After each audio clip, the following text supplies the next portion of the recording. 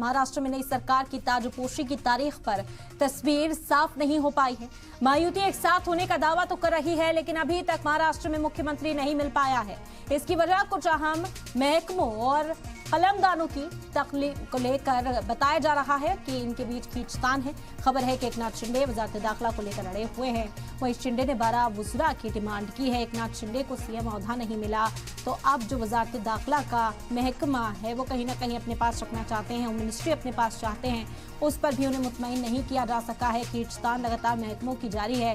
बंटवारा कैसे हो, किसकी कितनी हिस्सेदारी सरकार में रहेगी, इस पर फैसला नहीं हो पा रहा। इसी वजह से महायुति के सीएम चेहरे का ऐलान अब तक नहीं हुआ। सरकार बनाने का दावा अब तक पेश नहीं किया गया है, जिस पर महाविकास आघाड़ी के लीडरान को मौका मिल गया है चुटकी लेने का। कहा जा रहा है कि 10 दिनों से ज्यादा का वक्त बीत चुका है, लेकिन अब तक दावा पेश नहीं किया गया है। अहम जानकारी महाराष्ट्र से इस वक्त आप तक पहुंचा रहे हैं। महाराष्ट्र में नई सरकार की ताजपोशी की तारीख पर तस्वीर साफ नहीं हो पाई है। महायुति एक साथ होने का दावा तो कर रही है, लेकिन एकनाथ शिंदे नाराज बताए जा रहे हैं। पहले उन्हें सीएम कुर्सी नहीं मिली, उस पर वो मुतमईन होते नजर आए हैं, बीजेपी के साथ जाने की बात करते नजर आए हैं। लेकिन अब भी ये खबर है कि कई अहम महकमों को लेकर इस वक्त बात फंसी हुई है। तकसीम को लेकर खींचतान बताई जा रही है। खबर है कि एकनाथ शिंदे वजारत दाखिला को लेकर अड़े हुए हैं। शिंदे ने 12 वुज़रा की डिमांड भी की है कि 12 वजारत शिंदे की हो, 12 वुज़रा जो हैं, हिस्सेदारी जो है 12 वजीर शिंदे ग्रुप के होने चाहिए।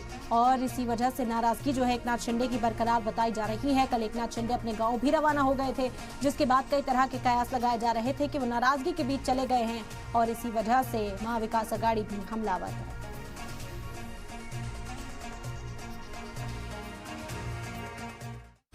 दस दिन हो चुके, उनके पास भारी बहुमत, भारी शैतानी बहुमत,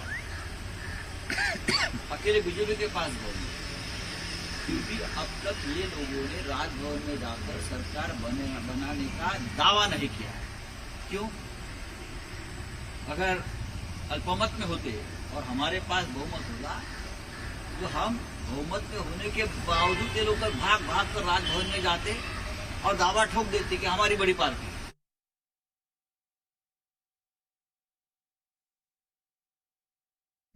तो संजय राउत को आपने सुना। महाराष्ट्र में नई सरकार पर संजय राउत का भी बयान सामने आया। अब तक सरकार बनने का दावा क्यों पेश नहीं किया गया? अक्सरियत है, सब कुछ है, सरकार दावा क्यों नहीं कर पाई है? 10 दिन हो गए, विधायक दल ने नेता ही नहीं चुना है। तो संजय राउत यहां निशाना साधते हुए लगातार नजर आ रहे हैं। शिवसेना उद्धव गुट के एमपी संजय राउत ने कहा कि गवर्नर को सदर राज नाफिज करने की सिफारिश करनी चाहिए, क्योंकि 10 दिन बीत जाने के बाद भी सरकार बनाने का जो दावा है वो महायुति अभी तक पेश नहीं कर पाई है। जो तल्खियां चल रही हैं उन्हें खत्म नहीं किया गया। एक दूसरे से नाराजगी की खबरें लगातार सामने आ रही हैं।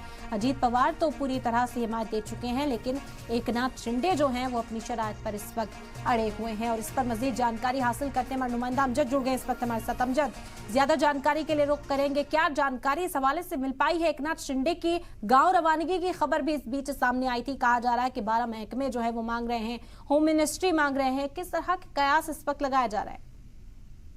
देखिए, मैं साफ तौर पे बता दूं, होम मिनिस्ट्री जो है एकनाथ शिंदे की तरफ मांगी जा रही है और लगातार ये कोशिश करी जा रही है कि मार्सा की सियासत के अंदर जो भी तमाम चीजें हैं वो कहीं ना कहीं ठीक ठाक रहे। उसके साथ साथ जो एकनाथ शिंदे जब दिल्ली से मुंबई आए थे तो मुंबई से अपने गांव जो है सतारा चले गए थे और सतारा में कल हमने देखा कि वहां पर जो उनके पास जो है डॉक्टर्स की टीम एक पहुंची थी।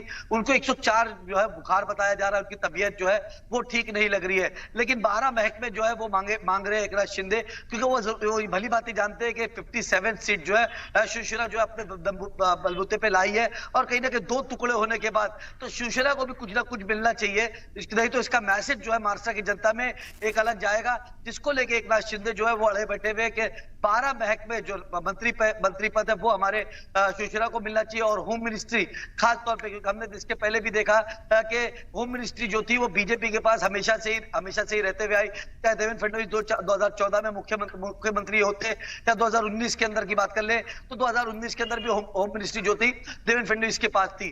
तो कहीं ना कहीं अगर अजीत पवार की बात कर ले, अजीत पवार ने साफ तरफ से जो है समर्थन कर दिया है, लेकिन बीजेपी का अभी तक का सीएम का कैंडिडेट जो है वो क्लियर नहीं हुआ है, क्योंकि कल हमने देखा कि अजीत पवार का जिस तरीके से बयान आया